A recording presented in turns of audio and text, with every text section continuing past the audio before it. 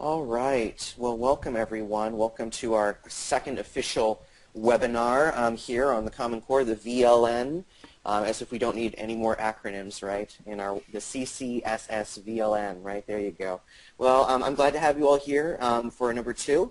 I hope that you all enjoyed number one as well in terms of that and the convening. Again, all of these pieces that we're coming together for, we're really building from what you guys need and what you need from me, and I'm doing my best to create webinars that, again, meet your needs. So today, just so you know, and for those who don't know me, Andrew Miller, I'm an ASCD faculty member. I do a lot of work in the Common Core, obviously, as well as in formative assessment and that work as well. So I'm excited to be facilitating this and really hoping to get you to participate more and more in it. So moving forward, today's topic is going to be on a couple things. Well, actually a lot of things, but it's all kind of under this umbrella of, fiction and nonfiction text. We'll be having a discussion about, appropriateness. I know that we had a really great questions last time about, I'm concerned about lit. I'm an ELA teacher and we do lit, and I'm concerned that there's a huge push for informational text, and how do I balance that, and what percentage was even brought up. So we're really going to try to attack that. I'm going to give you some pieces of advice and ways to think about that and how we might reframe that argument almost. And then related to that, no matter what text we're picking, how do we make sure that we can really make sure that there's deeper reading of the text? So the strategies we'll talk about will be text-dependent questions, as well as a couple strategies on reading for meaning and compare contrast, which come from a book, The Core 6, which are 6 core strategies that I'm hoping to uncover over the next webinars as well as they align to the shifts of the Common Core. So we'll pick a shift, for example, and figure out strategies to really address that shift. We focused last time on the shift of complex text. We tried to assess complex text, we looked at complex text, and we moved forward with that. And so here we're really going to talk about the text itself and making deeper reading of the text happen.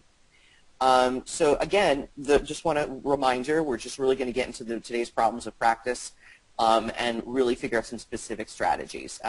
And I'm going to try to elicit more problems of practice because we have a few more webinars left, and I want to make sure I'm building to meet your needs, and we can discuss possible things to discuss in the future.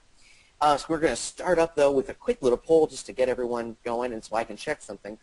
I've been pestering y'all about this a little bit, but have you signed up for ASCD Edge? Please go ahead and give it a shot and tell me, please, have you done it? Let's see here. Well, it looks like, some people have and have not signed up for ASCD Edge. I really want to push you there, though, because we're going to maybe be using it today as a discussion tool and future discussion tools. I've already had a couple people ask me some really great questions on there, so I want to make sure it's, that you're using it. But here's a big incentive. So some of you actually have been directly emailing me and asking about some things around, hey, do I get like clock hours for this? And I'm like, you bet you do. In fact, if you go to ASCD Edge and if you try to sign up, if you haven't yet, you can get clock hours for the webinars that you are attending. And so I'll actually show you that now, just kind of where it is on an ASCD Edge. As you can see, I've got all my stuff all opened up and ready to go. And in the wonderful Edge group here, you scroll down, okay, you will find, and I hope that you're doing this too maybe with me, that look, it says download participant certificate, and there's some group documents that have been uploaded. In addition, you will also see there's this one, checklist to evaluate text-dependent questions. I'd like for you all to, once you sign up for ASCD Edge, to not only get that certificate for yourself, but if you could do that now while I'm talking and going through a few things, get this checklist to evaluate. And once you do, it should download and open. And I'm going to open this thing up, and you will see this. It looks like a checklist for evaluating questions. And we're going to use this actually to evaluate some questions, text-dependent questions later. So I want to just point you to that. But again, you will see that there's some questions that I've put out there, some resources I've put out there for you, and some people have been engaging in giving me, questions and answers and pieces around that. So again, please, please, please go there, get that certificate, but also more importantly, get the resources that I'm pushing out to you, because I really want to make sure that we're using that appropriately. Okay, so here we are back in the PowerPoint. So, and again, just to remind you, this is how you sign up. You just go to the ASCD groups and ASCD Edge. You'll find at the top that there's they narrow it down by the letters Q through Z, and obviously since we're VLN ELA, we're near V. So you should find VLN ELA.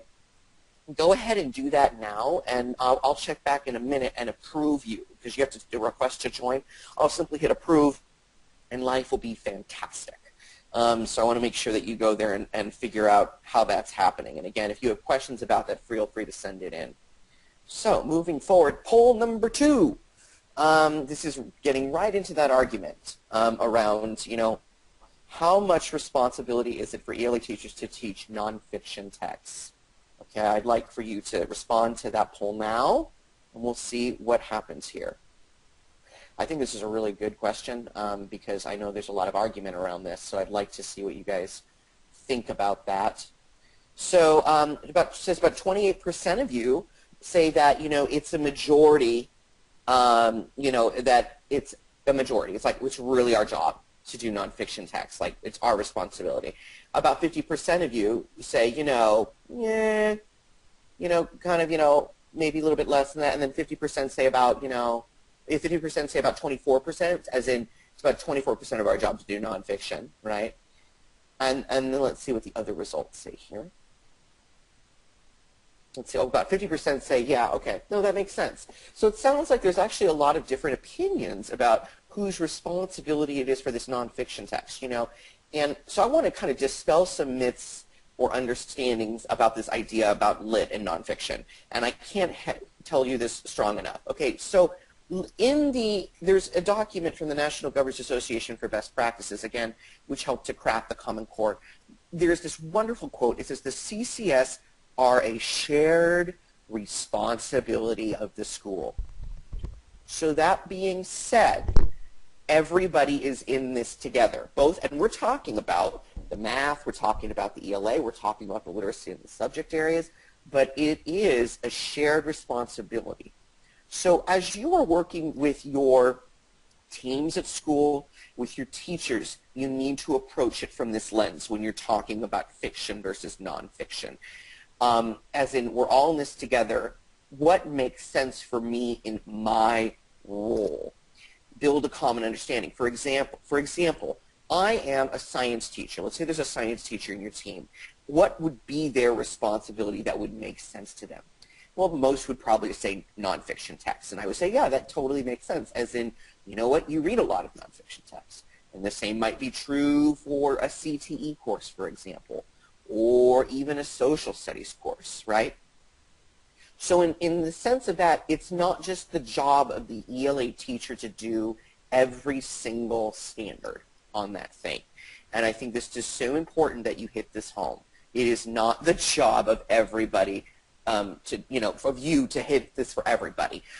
As in, you need to have space, there should be space and flexibility for you all to navigate who's doing what standards, when they're doing those standards, and again, more importantly, which standards am I hitting in terms of the ELA? So when you look at just the ELA, like on their website, you go there, it breaks it down into these 6 areas, right? We have obviously lit, then we have informational text, then we have foundational skills, writing, speaking, listening, and language. So there's something that I need to point out in here. That sure is a lot to do. I totally respect that, right? There's a lot going on here in terms of what teachers have to do, and it seems like a lot of work. So, but however, within that work is lit. It is explicitly in the Common Core. Literature is there. It is there, it is there, it is there. And in addition to that, the flexibility of the lit in terms of how you can combine standards is important. For example, you can write about the lit. So we can combine, for example, the writing standards with the reading standards in a unit. We can combine the speaking and listening with the literature standards. We can have them, write about literature and build language and foundational skills, for example. So think of it this way. You might consider the literature and informational text to be kind of the what you're reading, and you're building on, again, the skills to read those type of texts. But again, I would say that you must do lit, ELA teachers. You must. So don't feel like you have no power to do that. Don't feel like, oh my gosh, I got to do all this other stuff. Look for ways to share the responsibility with other teachers around these other ELA standards. For example, I'm sure you can do, other classes can do writing, and I'm sure it's speaking and listening, to build that space for you to do literature. And again, even if we start, if we unpack into literature in the Common Core, there's some great, beautiful, I think, standards. And this is from kindergarten, for example, about, specific lit-based skills, and, such as recognizing common types of text from storybooks to poems, or to identify characters and events in a story, right? So it is your job to be doing literature and not just informational text. So really approach it from the shared responsibility piece and move forward with that. And again, if you have any questions about this nonfiction versus fiction, please do ask them. But I will say this: there is no set percentage. It's not like somebody's come out and said, well, 37% needs to be. No, nobody's really said that. They've just said it's a shared responsibility. And frankly, it would be weird to say that there's a percentage, because what if a class needs more work on a specific literature standard than another class? Or my school, maybe we struggle with lit, and so we need to focus on it more. Why are you mandating that I do 40% as lit, and this other school does 40% lit? It doesn't make any sense to me. You know your kids. You should be formatively assessing and summatively assessing appropriately to look at the standards and go, you know what, we really need to hit this lit standard. Or it really needs to be spiraled, for example. So again, it's not about, don't approach it from how much, approach it from what do my kids need, and how can we as a team and a school share the responsibility for meeting the needs of all kids for these standards. That is how you need to approach it. So, okay, now that we've had a really quick discussion about fiction, nonfiction, moving forward with that, I'm going to check in on that VLN ELA right now, and I'm going to see if anybody has, done any signing up here, because I want to make sure that I've approved everybody. Oh my goodness gracious. Look at all of these approvals I need to make. I am so proud of you. I'm just saying. So I'm going to go through and approve these things as we go through. It's a little cumbersome, but we'll get there. It's loading a bit. So, and I'll keep checking back here. But I'm going to move into this here. Let me see if I can, there we go. Load. Managing pending members. So many people have joined. So also with that, I'm going to move into this shift here around shift number 4, text. That this is really important, that students are engaged in a rich and rigorous evidence-based conversations about the text. This is a big shift in the Common Core. So the key thing is evidence from the text and rich and rigorous discussions around that, whatever we're reading. So the only way we're going to get good evidence-based conversations is if what we ask students requires them to use evidence. And one of the best strategies is to obviously use text-dependent questions. So I'd like to ask you, and I'm going to give you some choice now because I'm still in the process of approving. What do you think are the good characteristics of text-dependent questions, and how do you know it's a good one? What are the characteristics of that? You can either answer that on the VLN, which again, I will point you, there are a couple questions. What are the characteristics here of a text-dependent question? How do you know it's a good one? Feel free to respond there. So one of my favorite resources is Achieve the Core. I'm sure many of you may be familiar with Achieve the Core, but they've got some really good resources literally on text-dependent questions. And if you go to Achieve the Core, you go to the ELA literacy part, there are some curricular tools, as they call them, and you can download all of these resources. And again, one of those resources is, you'll see here, you can download them all, which is nice. You can share them, obviously, on social media. But then there's some nice little short guides. There's a guide to doing it. And again, the one that I'm really interested in here is this one, the checklist for evaluating quality, question quality. It's really good. So I want to make sure that you go there and download that checklist, and or go to the ASCD group and download it here so you can have it available, because we're going to be using it. Because I'm going to point you to some, and I'm going to see what you guys think, if these are actually good text-dependent questions. Let me give you some. Let's open up that checklist now here, though, and take a peek at it. So here's the checklist. I know it's a little hard to see. I'm going to zoom in a bit. We're just going to go through a bit of bits and pieces of this. So what you can do is this. You can use this with your staff or even yourself as a self-reflection. Is you can go through and put a question in here, maybe, or give this to your staff and say, you know, what do you guys think about this? What do you think about this? So you'll notice here are some quality indicators for text-dependent questions. And for example, like one, these things must be true of every question in the set. Okay, as in, does the student have to read the text to answer the question? So if this asks for outside knowledge, that while that is interesting, it is not a text-dependent question. Okay, and is it always clear to students that answering each question requires that they use the evidence from the text to support their claims? Okay, as in, does the task in question demand that they support their claims with evidence? Otherwise, it's not text-dependent.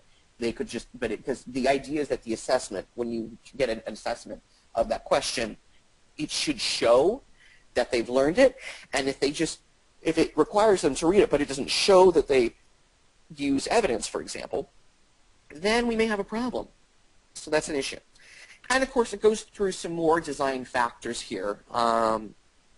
That these factors are to keep in mind. Like it's not necessarily that you have to do them, but that they really help improve it.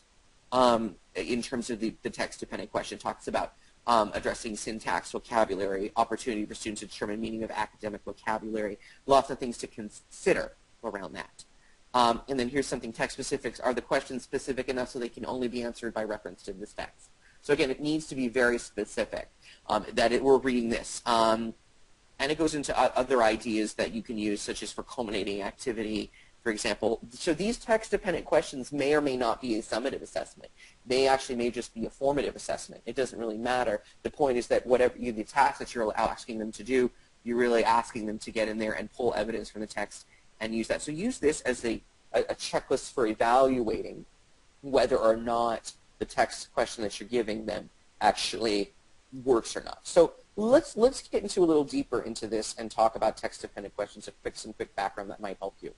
So, really quick thing around this. We want to make sure that we know what text-dependent questions are and are not. Text-dependent questions are not low-level literal recall questions. Now, while you may think they are, you may think that it's all about, do they know what the character is, or things like that. That is not a text-dependent question, and they're not just focused on comprehension strategies. They're more than that. They're about analysis, they're about evaluating, they're about synthesis, they're about application. Again, so we have to I just want to be clear about that. The text-dependent questions are not just making sure we ask a question that requires them to list the important protagonist, or it causes them to say what the setting is, or to say what the title is. No. Those are kind of text-dependent questions, but they're not to the level that we want. I want to be clear about that. Let me show you some pieces here. Again, text-dependent questions can only be answered, and again, only is the key word here, by evidence from the text. It can be literal, okay, like checking. It can be checking for understanding in the sense of comprehension, but it's not just focused on comprehension. It's focused on past set, evaluation, synthesis, etc. It can be focused on word, sentence, paragraph meanings, larger ideas, themes, or events. So there's a lot of flexibility in what you make that text-dependent question about. And this is the other thing. When you write a text-dependent question, you want to make sure that you're focusing on difficult portions of the text. So a text-dependent question can be about reading a whole piece. Like it could be about a novel, for instance, but it could also be about a certain selection of that novel or informational text or whatever you're doing. So you don't, and it's actually good to focus on areas that are challenging so that it really helps to enhance their reading proficiency and help them to impact. And again, I want to be clear that when you give them the challenging thing, it's still your job to jump in as the teacher and provide appropriate scaffolding. So when we're talking about rigor, we're also talking about scaffolding for the rigor. And again, it can include writing prompts and discussion questions.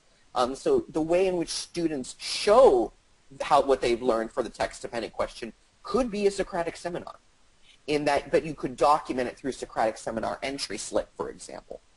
And you could have that as a written component, but it could have a really great discussion. I've used text-dependent questions when I teach online for virtual discussions when we get together for that hour a week to discuss something from a text that we've been reading. And that really helps to practice before they go to writing, specifically an essay or a letter or some sort of report.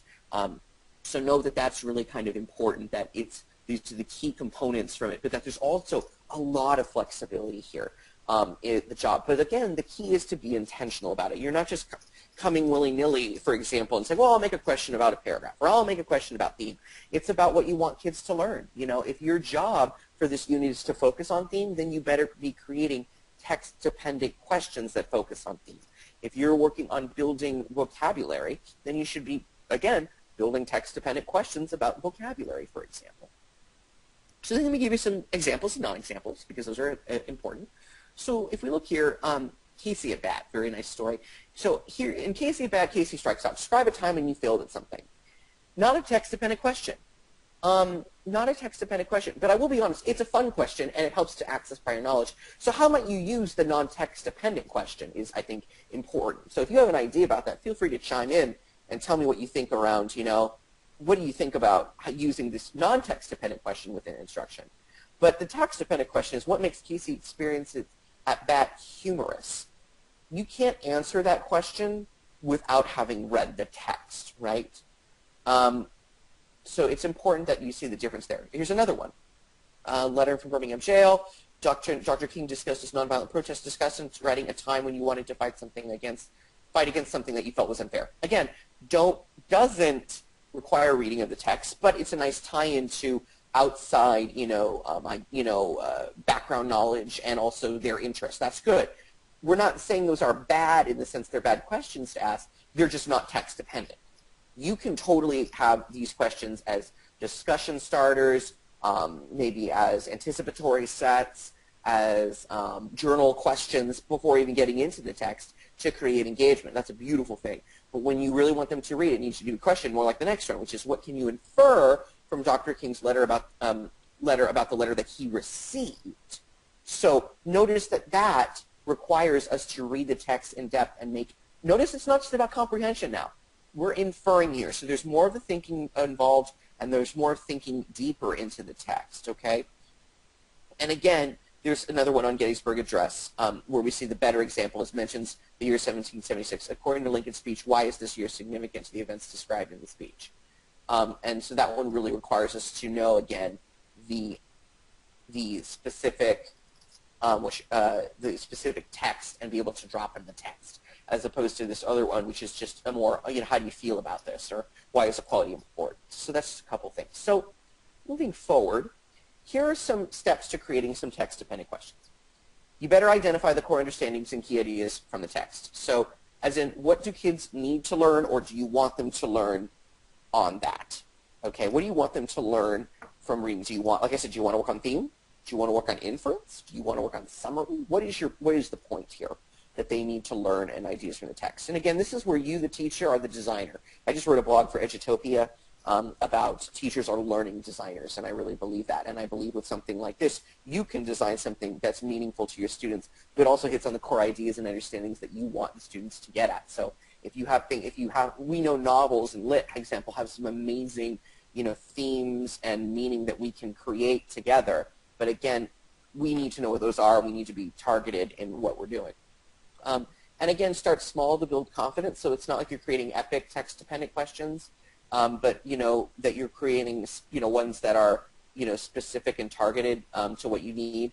This is in step 3. You need to make sure you look at the vocabulary and text structure to help students, and anticipate and tackle text sections head-on with scaffolding and appropriate teacher activities and work. From that, you need to make sure that you look at what would be some sequences of text-dependent questions. So maybe you go from comprehension to more synthesis, and you do it in a logical order that helps students. Again, it helps to build confidence, but it also helps to build it in a way that's meaningful and doesn't overdo it for students. And again, from that, what are the standards that are being addressed? And then a culminating assessment. So related to that, I want to be clear. The text-dependent questions that you create may not be a culminating assessment. It may just be a formative assessment to build skills so that it can inform instruction. So for example, if you do a text-dependent question about summary, from that you look and you see how they're doing, you might go, wow, I need to go back and scaffold that. I'm going to create another text-dependent question on summary for a different article per se. And again, notice how this aligns really well with the last last webinar on complex text, right? The complex text is the what, but here's how you create, specific engagement into the text on that. So, moving forward, I want to do some practice. Practice, practice, practice. In the question box, we're not going to use the ASCD Edge because people may still be signing up, and I'll make sure to approve those things at the end. So in the questions box here, please submit. Do you think this is a good text-dependent question? Why or why not? Why do you think this is good? What specifically is telling you that this is a good text-dependent question? I will sit there and wait. Okay. Oh, okay. So somebody's commenting here that they believe it is text-related. They believe it is, and therefore that makes it text-dependent, right? It says, text about the temple mosque, right? And maybe I provide those things. And somebody says that, so that was, I think Lorraine says that you have to provide text support. And that's explicit right in the bottom here where you support your discussion from evidence from the text, right? Right, and Wendy says the same, that it's a good text question because the answer would be in the text. So I'm glad that you guys are seeing it. Yeah, I would say in general it is a text-dependent question. Kathleen also says, again, she believes it's text-related, right? So that's really important. Now notice that it's not necessarily explicit to a specific text, right? You'll notice that? Notice it's not saying read this article and I'm going to tell you the title and I'm going to do that. I don't necessarily have to put that in the question or the task. I can simply provide those texts and have students draw from the text that they either deem as appropriate or meaningful to their argument, right? So a student can say, this is how I feel about that. But, but what they draw from, maybe I've given them maybe 3 articles that address this issue. And they cite evidence from each to do that, to address their ideas. And again, there's a lot of space here, right? I mean, you could provide them 4 text about this. Maybe it is just 1. That's fine. And maybe you go through and you figure out, what's an appropriate complex text to give them. And thank you, Craig. Craig says it is text dependent because you cannot draw evidence from the background, from background knowledge. There's nothing in here about it's just about background knowledge, right? And Gail says that it's prompts for writing a discussion, right? So notice that notice how this says essay. It doesn't have to be an essay, right? We could have a discussion. We could write a debate, or a speech, right? So there's a lot of space here that still makes it text dependent. A couple more. Okay, so that was more of a, maybe we would call it humanities-based thing. Here's one that's just, again, very specific to lit. Notice there's a little bit different. It starts off with a question. Is Mark Twain's story of a jumping frog satire or only humorous? After reading The Jumping Frog of Calaveras County, write an essay in which you discuss satire and humor and evaluate whether Twain's writing was a satire and humor and support your position with evidence from the text. What do you think? What do you think, guys? Is this text dependent? And also maybe discuss, well, even if it is text dependent, what are you noticing that's different from the last example that we saw around a more larger, the Temple Mosque piece? What's different here? Let's see what people say.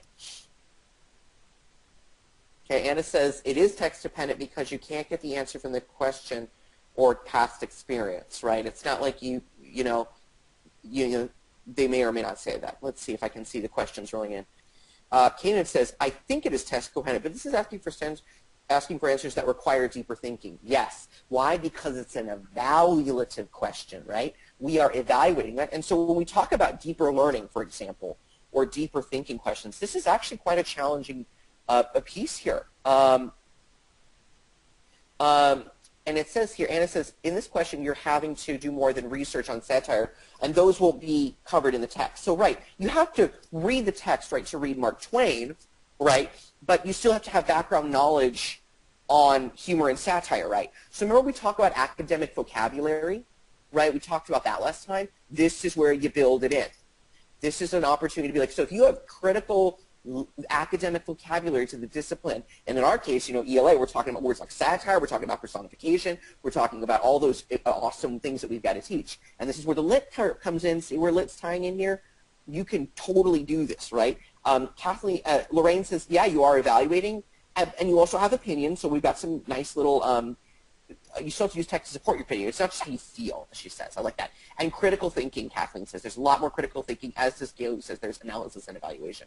Wendy says it's text-dependent because you are supposed to support your position with evidence from text, right? Uh-huh. And then Craig says, the discussion of satire and humor is not text-dependent. Right, so satire and humor is not necessarily text-dependent. That is so true. But you would need to read the text to support your viewpoint. So the part of satire and humor, I can Google the heck out of that, right? I can just go find that out. But the question doesn't just ask me to say, what is satire and humor? It's to evaluate whether or not Mark Twain's writing was satire or humor, right? So that's really kind of interesting to me. I'm going to see if we can just do one more here, and then I'm going to move forward just for time's sake. So here is an elementary example, okay? In 4th grade, a lot of teachers in the ELA classroom I know, and I know because I've either been in that classroom or I've worked with teachers, they usually do a unit on bees, for example.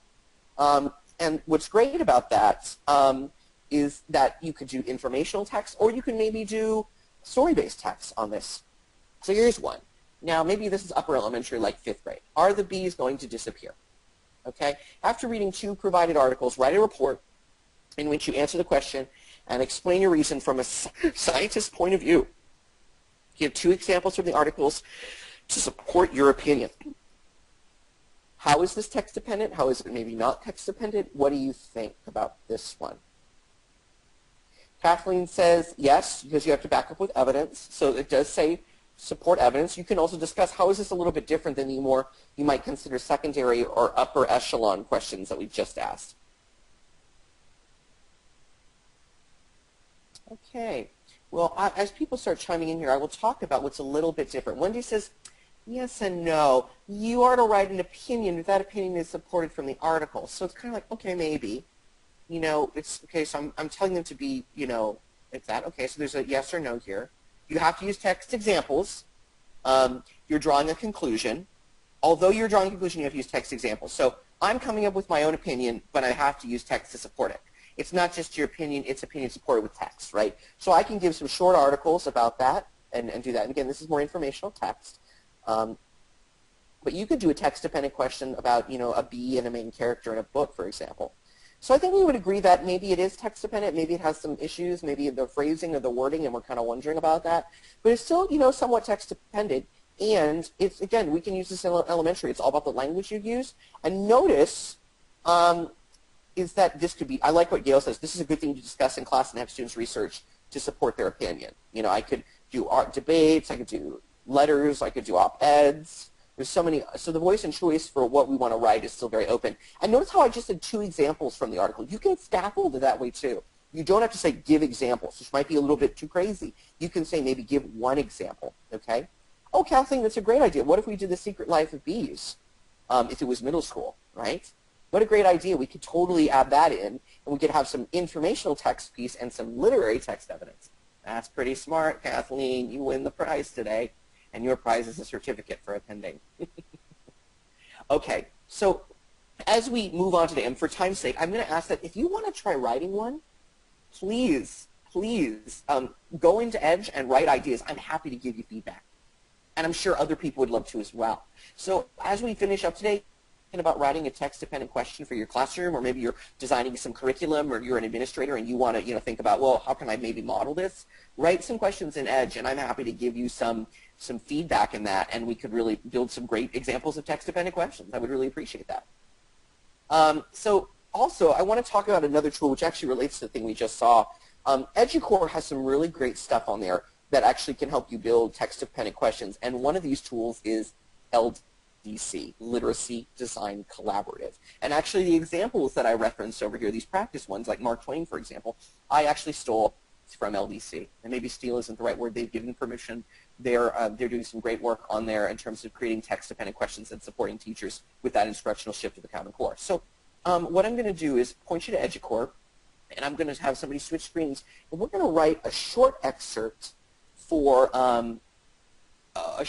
of, you know, designing what's called a template task for a an LDC, what are called modules, and I'll give you some more backgrounds in a minute about these modules. But let's go ahead and move and see this video that might support us in designing text-dependent questions.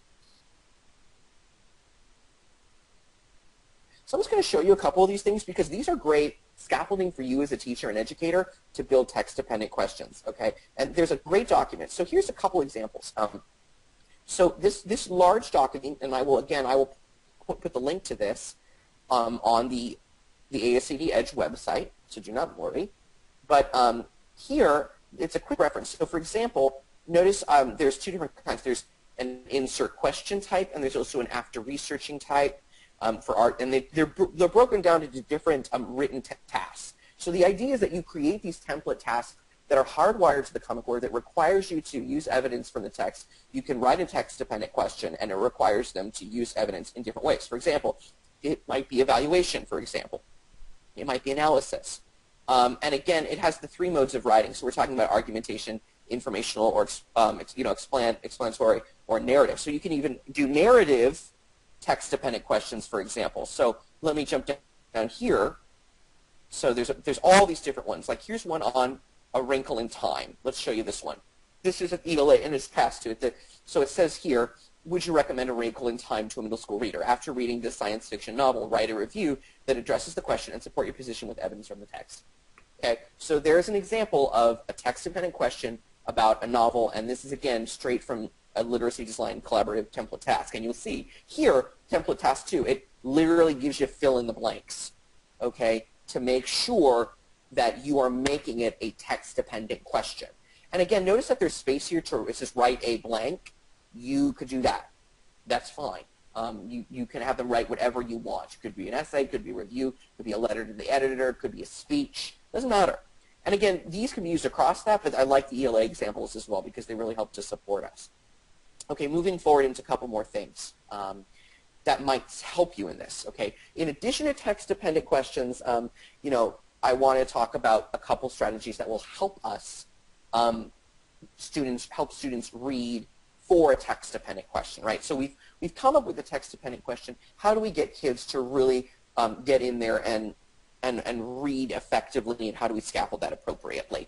Well, I want to share that there's a great book out there called The Core 6, and it's got 6 essential strategies, and I'm hoping to go through all of these in the next webinars because I think they really align to the shifts, and they're great strategies.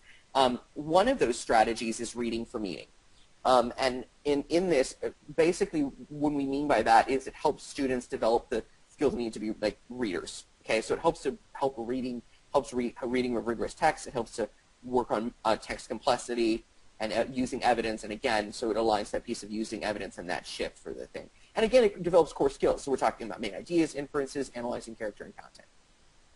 So here's how you design something for reading for meaning. Okay, like how might you design the instruction or lessons or the design of the unit to make sure you're doing this? So you find some sort of short text to read for meaning. And again, the space here is great. It could be lit like a poem, it could be an article, it could be a word problem, it could be whatever you want.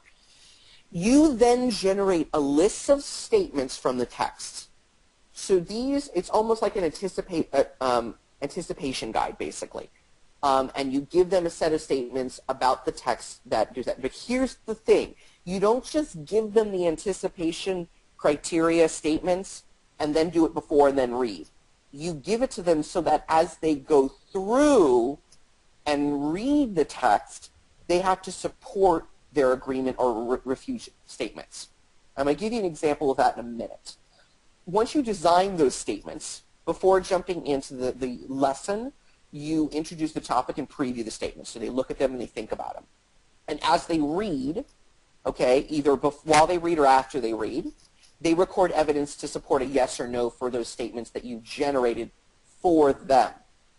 And then you can have them share in pairs or small groups, and then you share as a whole class. And again, notice it's evidence here. They're sharing evidence. It's not just about, let's do it. So an example, okay, the hare deceived the bear. And it's just remember, deceive means to trick. So here it's a question actually, or a statement, sorry, that's all about vocabulary. And it's building the vocabulary skill, and students, as they read, they'll have to go, you know, did the hare really do that? I see here and here's something like drew from the text to say yes or no, or here's evidence against. And again, you help design these statements, and these statements, for example, are geared towards specific reading skills. And in the book of Core 6, it actually helps you figure out anchor standards, for example, like inferences or main ideas, or determine what the text says explicitly. So like, notice that these are all anchored in Common Core standards, and it gives you examples of statements to write for a text. So that you make sure the statements you're writing and reading for meeting are actually hitting skills you want them to. So it's not about arbitrary selecting statements for a text. It's about selecting statements for students to evaluate that actually and specifically hit skills you want them to work on. Highly recommend this book in terms of going through it. Okay, another piece here is about compare and contrast. Another strategy that might help you, and this is the last thing I'm going to go over today before we open it up. So we've all done compare and contrast. I'm sure we all have. This is nothing new. And it helps us to address interesting topics in our ideas, characters. You can look at multiple sources or reading in one text. So you have a lot of space here about how many texts you're going to look at and what text you're going to look at. So there's a lot of space here. But here's how you go through it. And here's some pitfalls that you need to make sure you don't fall into. So one of the pitfalls is when you give compare and contrast to students, you don't discuss with them what the criteria is for which they're comparing and contrasting. Right? You don't know what they're comparing. You don't say compare and contrast the characters. For what? What are they comparing and contrasting? Are they comparing and contrasting their emotions? Are they comparing and contrasting their actual character background? Are you having them compare and contrast their use of language? What are you doing? It's a really good question. So you make sure that when you're doing this compare and contrast that you're giving clear criteria to focus the descriptions. Okay, and this is a math example, but you could easily put in different criteria. Sometimes we don't give that criteria, okay? And so you want to make sure that you're doing this, okay? And in this stage, right, students describe each item separately and not necessarily make a comparison, okay? And then you move into the comparison phase where you use the descriptions from phase 1 to search for similarities. So you do the contrast piece to search for that next space of similarities and difference. And again, here's another example. You can do an organizer or the Venn diagram or any sort of, this is where graphic organizers can really support you.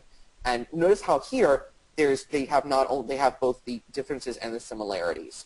So and graphic organizers can help us to do that. But the key thing here is this: unpack the criteria of what you're actually comparing and contrasting with students. So you might co-construct that, or you might generate for them as a scaffold. Okay, and then from that you draw conclusions to build discussion. Where you could share out as a group, right? You think past just the compare and contrast. So now that you've done the compare and contrast, and again, these could be text-dependent questions. Notice we can build that in. You can have them go past the text and have them infer or evaluate more. And again, you can create text-dependent questions for that.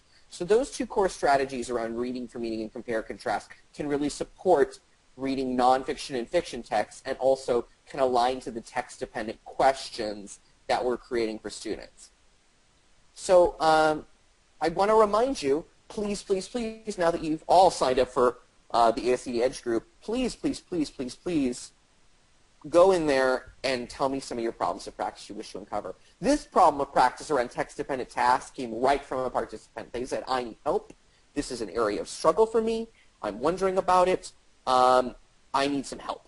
And so, I want to make sure that we're getting what you need. So please go in there and tell us what your issues are, okay?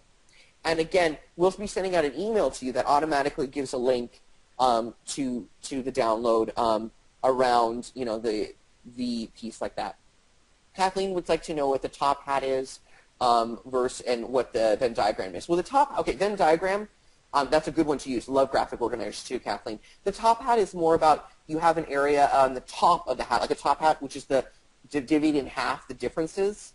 So kind of like this, whereas you see it looks like a top hat, whereas the bottom is the similarities. So that's what they mean by the top hat idea, where it literally looks like a top hat. So again, please do come in here and tell us what your issues are.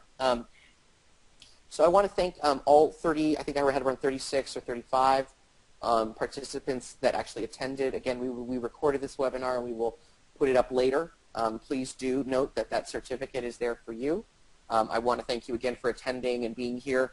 Again, feel free to contact me with anything you need on Twitter or even on Edge or just by email. I'm happy to help you. I've been answering a couple questions from participants. So thank you very much. And I hope this was useful to you. We're trying to figure out ways to make this a little more collaborative as well. I know it seems like I'm talking at a computer, doing my best for that. So please, we'll welcome your suggestions. And again, tell us your problems of practice. We're here to support you in your learning as you are as an educator or as you are an educator helping educators. So thank you very much.